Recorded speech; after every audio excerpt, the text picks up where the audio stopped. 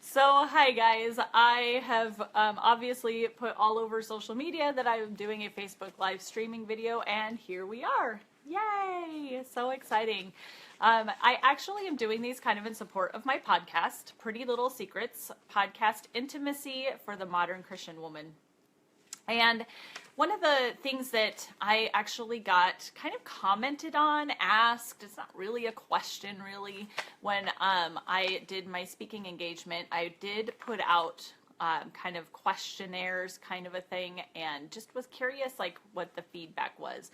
And one of the things that I got, which was really kind of surreal to me a little bit, was several people saying, I wish I was as confident as you. And so let me just frame this a little bit. I got up, I danced to Me Too by, Meghan Trainor. Sorry, it took me a second to think about that. And then I just went into my spiel. And I won't lie, that took a lot of building up, borrowing from some other people that I know and love that I totally respect. And so it really kind of made me think like, okay, what does that look like? Who am I?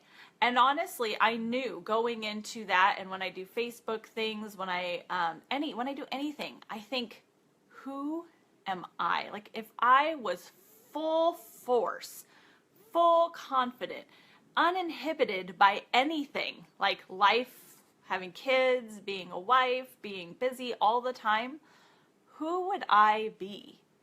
And that's what I want to talk about today.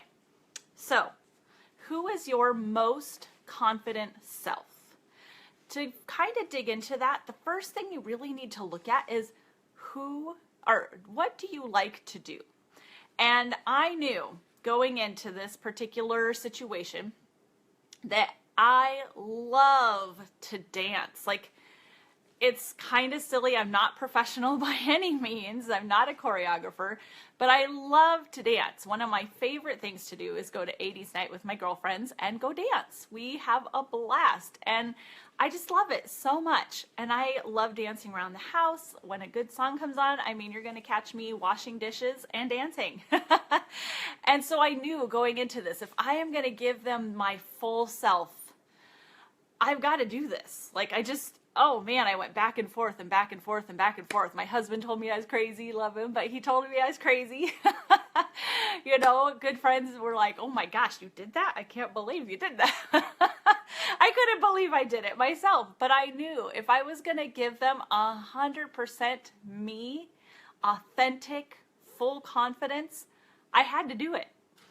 And I was shaking afterwards, believe me. It was definitely one of those moments where I needed like 20 seconds of courage.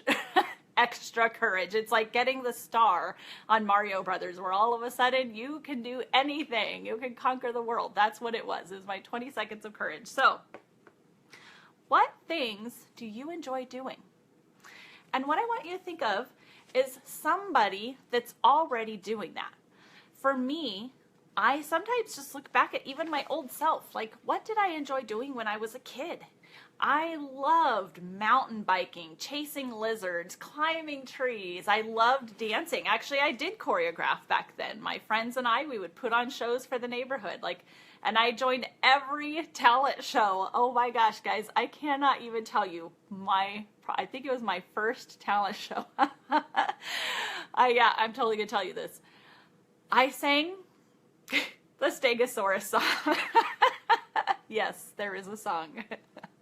If you ever wondered, now you know, there is a Stegosaurus song, and I sang it in my first grade talent show. But I was uninhibited. I just did it. It was, I look back, it's so embarrassing, and I still remember the song, which is even more hilarious. I'm not singing it for you here, so don't worry. But I look back at my old self. That's the first person that I turned to. The other people that I turn to are, some of them are movie stars, or actually from a movie, a character from a movie. And sometimes it's people that God has put in my life. God has put people in my life that have different strengths that I've realized I can pull from. Like, what would my girlfriend Naomi do in this situation? She's an amazing businesswoman. She's super confident. She loves kind of shocking people a little bit. And I won't lie, for that particular situation in my speaking engagement, I completely drew from her. I knew, I was like, okay, she would do this. I know she would do this. And so I did. I have another girlfriend. Guys, sorry, I didn't ask to say your names first. I'm so sorry. But Jasmine, I pull from her for fashion things all the time. She has the quirkiest, coolest fashion. And so I pull a lot from her, and thank goodness she goes with me clothes shopping every year, because she pulls out things I would never try. Like, I just wouldn't even do it. And she's like, oh, you should totally try this on. And of course, it looks amazing. So yeah, I'm so fortunate that way. But think of those people around you. Think of characters that have inspired you. And I want you to think about, if you were to cast you, if you were to put yourself in a movie, who would you cast? Who would you put in that movie? And, God doesn't make mistakes when he puts people around you. After you've kind of culled some of those toxic relationships, which is definitely something we'll talk about later, and you've got good, healthy relationships pouring into your life, there are people that God puts around you because he knows you might need to borrow from their strengths. So think about those people. I'm pretty fortunate, to be quite honest, and I'm not saying this to brag. I've done a lot of work to get to this point. I have amazing women and men in my life. Like, I just don't have time for anything less. I say that, I don't mean it in a horrible way, but I mean, we only have so much time in our lives. And if someone's being toxic, I don't really have time for that. So to be quite honest, I've got amazing people in my life that I can pull from and like, hey, this is what this person would do in this situation. Oh, and this is what this person would do. So who is that in your life? Like I said, there are certain people in my life that I think, well, what would Naomi do? What would Jasmine do? What would Laura Croft do? Okay, so that's one of mine. What would she do in this situation? What would Elle Woods and from Legally Blonde do in this situation? There are people that I ask that question. I want you to paint a picture of who you are. So let's really pull out some stuff here. So we talked about what things do you like to do. I really love to sing. And when I am actually thinking about kind of in my romantic life, my intimate life, I actually like to think about Jessica Rabbit. I don't know if you guys remember the scene from Who Framed Roger Rabbit when she is singing. Oh man, whew, yeah, crazy. But when I am preparing my mind for romance, for loving on my husband, for being that sassy, beautiful woman, that's someone I think about. Like, okay, what things would I do with that? But then also there's just like having fun, because let's face it, romance is fun, and to encourage romance and intimacy in your life, you gotta be having fun. You've got to do fun things. And so I think about Laura Croft, Tomb Raider. And specifically the Angelina Jolie version, because I don't play the game, so I have to pull from the movies.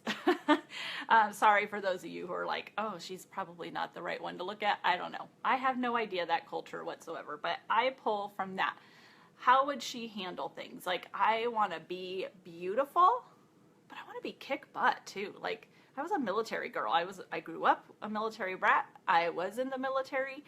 I like to be kick butt. I mean, quite frankly, one of my favorite things to do for a long time was my experience at boot camp when I got to like throw grenades and like shoot grenade launchers and stuff. Like, that was cool and fun. I loved it. But yet I knew, like, okay, I can be beautiful, but I can be kick butt too. Like, and I want to say another word, but I'm not going to say it right now. Nope, not going to do it. So I think about Laura Croft. I think about Elle Woods from Legally Blonde, because she just is herself. Like, she's just her.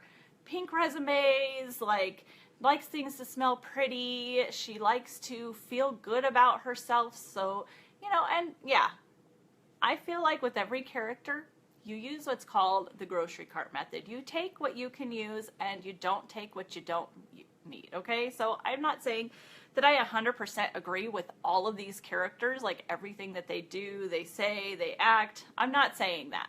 I'm pulling pieces from them that I'm like, oh yeah, I like that. That is how I want to be, or who I want to be, how I want to picture myself when I'm thinking, okay, I am in full confidence mode. This is how I'm going to hold myself in this situation.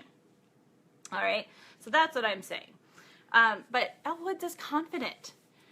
Man, I need to, like, sometimes when I'm thinking of business things or I've got, you know, just different situations, I need to channel my inner Elle Woods because I just need to own it and be me and be fully confident. So I think about that. I wrote 13 going on 30 because that movie kind of inspired me, because she kind of was going down a path a little bit that maybe wasn't the road that she thought she wanted to go on, and she quickly changed course and then realized, oh, this is who I want to be. This is what I want to do. And I relate to that hugely. I feel like for the last 35 years, I've kind of been going, maybe not the whole 35 years. As a kid, I kind of knew what I wanted and what I wanted to do. But as more of a teenager through, you know, now, I definitely have changed course. Like, I realized, like, gosh, I'm kind of going down a path where I'm like, all I am is mom, mom, mom, mom, or wife, or, you know, busyness of driving kids around everywhere, you know, getting dinner out, getting kids with their homework done, clean your room. Like, that's it. That's like, that was my identity. And I realized that's not all I want to be. And quite frankly, my kids need me to not be just mom. They need to see me chasing my dreams and goals so that they can know, oh yeah, just because you're an adult doesn't mean your life is over. So they need me to have that change course. And it has been awesome. Watching the respect that they have as I have done this has been great. Okay, I'm totally digressing. I apologize. Okay, like I said, with romance and intimacy, I love the movies where a girl comes out in a jazz club and she's singing and it's kind of this sassy song. One of my favorite karaoke songs is Whatever Lola Wants. I love to do that song, and you get to put on this fun character when you do that song, and you know, just getting to play with your voice a little bit, and oh, I just love it. So that's a song I'll like actually kind of go through in my head and maybe karaoke as I'm kind of getting ready for the evening, a date or whatever with my hubby, just to kind of get me in that place that I need to be. So here's what I will say. Think about who you see yourself, or who you want to see yourself as. Borrow. This is not so much pretend. This is starting to form that person that you want and need to be. When so much of our romance life and intimate life starts in our brains, ladies, that is unfortunate for us, because our brain is like a big room and everything gets stuffed in there. So a lot of times it's hard for us to just switch. Like, guys have rooms, so they literally go from, okay, I'm in my dad room, oh, now I'm in my romance room. Like, it's just a turn. They close the door and they're fully in. With us, it's all in there. It's all in this one big gigantic room. All the kids, the finances, the work, the, you know, oh, this child has a field trip, school, all of it. It's all in there. So for us, we have to start with our brain, with our thoughts. Like, we do not want to be thinking about the mortgage payment when we're trying to be on a date with our spouse. That is not going to be fun. It's not fun for you because it puts you in the wrong frame of mind, and it's not fun for your spouse because they know when you're vacant and they know when you're there. So this is just a start, something to be thinking about. Call it your alter ego, if you will, if you need to. But really, truly, it's kind of that fake it till you make it process a little bit. Think about who you would be if you were your full, confident self. Write it down. Really write it down. Maybe take pictures. If you're more of a visual person like I am, go cut out those people out of magazines or print them off of your printer or whatever and put them into like a journal or something so that you can remember who it is that you want to be. You owe this to you and all your relationships in your life. You can do this. All right, feel free to ask me any questions, and I'm going to ask you one more thing. Okay, so we've talked about this for the romance piece, for romance and for life in general. Do you want to talk about this more as it pertains to sex? I know that I've mentioned a couple of times that I'm not really going to discuss that topic here on my Facebook page or on my podcast because of who my audience is. I know that I have lots of teenagers that listen to this or might watch this, my kids, my own kids. And so I do want to talk about these things with you. I've got some cool hands-on ideas for you that can help. Sorry, got a phone call. That can really help you learn who you are and what you like as it pertains to sex. So if you want to join me with that, comment down below and I will make sure to give you information on how you can join me for that. All right, thanks so much, guys. I'll see you soon. Bye.